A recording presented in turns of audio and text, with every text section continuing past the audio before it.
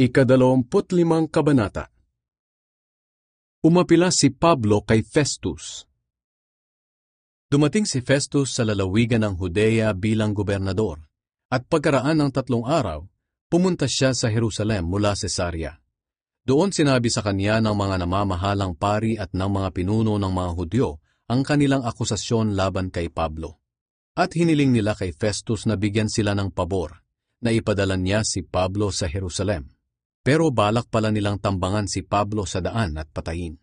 Sumagot si Festus, "Doon na lang si Pablo sa bilangguan sa Cesarea. Hindi ako magtatagal dito dahil babalik ako roon.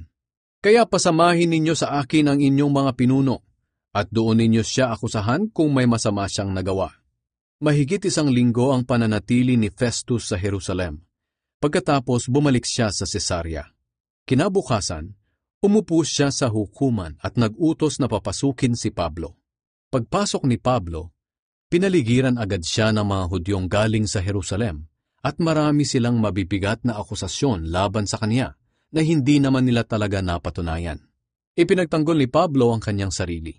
Sinabi niya, "Wala akong nagawang kasalanan laban sa kautusan ng mga Hudyo, sa templo o kaya'y sa emperador ng Roma." Dahil nais ni Festus na magustuhan siya ng mga Hudyo, tinanong niya si Pablo, "Gusto mo bang pumunta sa Jerusalem at doon ko litisin ang kaso mo?" Sumagot si Pablo, "Dito po ako nakatayo sa korte ng emperador, at dito niyo ako dapat hatulan. Wala akong ginawang kasalanan sa mga Hudyo, at alam naman ninyo iyan. Kung totoong lumabag ako sa kautusan at dapat akong parusahan ng kamatayan, tatanggapin ko ang hatol sa akin. Pero kung walang katotohanan ang kanilang akusasyon sa akin, hindi ako dapat ipagkatiwala sa kanila. Kaya aapila na lang ako sa emperador ng Roma." Nakipag-usap agad si Festus sa mga miyembro ng kanyang korte, at pagkatapos ay sinabi niya kay Pablo, "Dahil gusto mong lumapit sa emperador, ipapadala kita sa kanya." Pinaharap si Pablo kay Haring Agripa. Makaraan ang ilang araw, dumating sa Cesarea si Haring Agripa at ang kanyang kapatid na si Bernice dahil nais nilang dalawin si Gobernador Festus.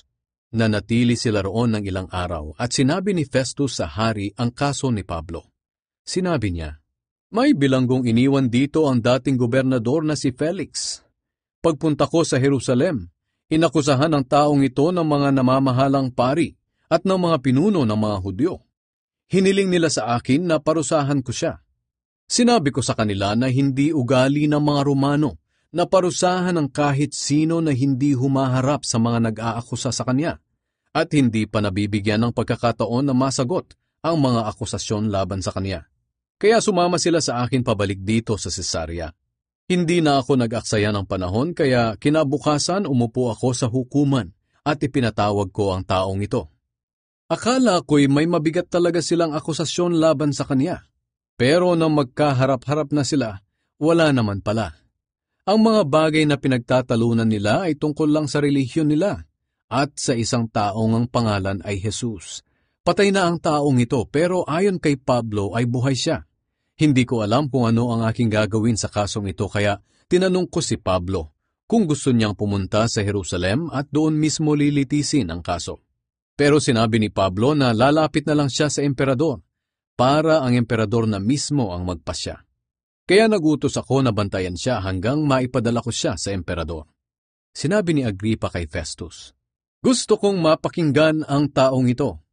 Sinabi ni Festus, "Sige, bukas mapapakinggan mo siya." Nagsalita si Pablo kay Agripa.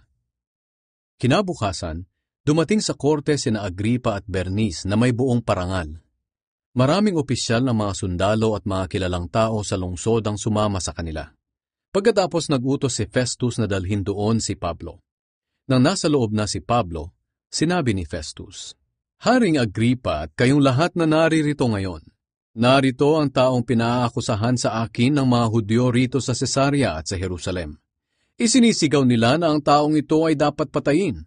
Pero ayon sa pag-iimbestiga ko, wala akong nakitang dahilan para parusahan siya ng kamatayan.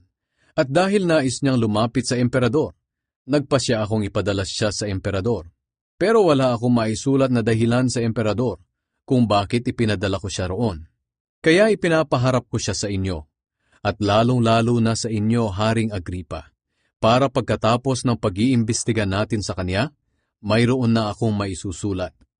Sapagkat hindi ko maaaring ipadala sa emperador ang isang bilanggo nang walang malinaw na akusasyon laban sa kanya.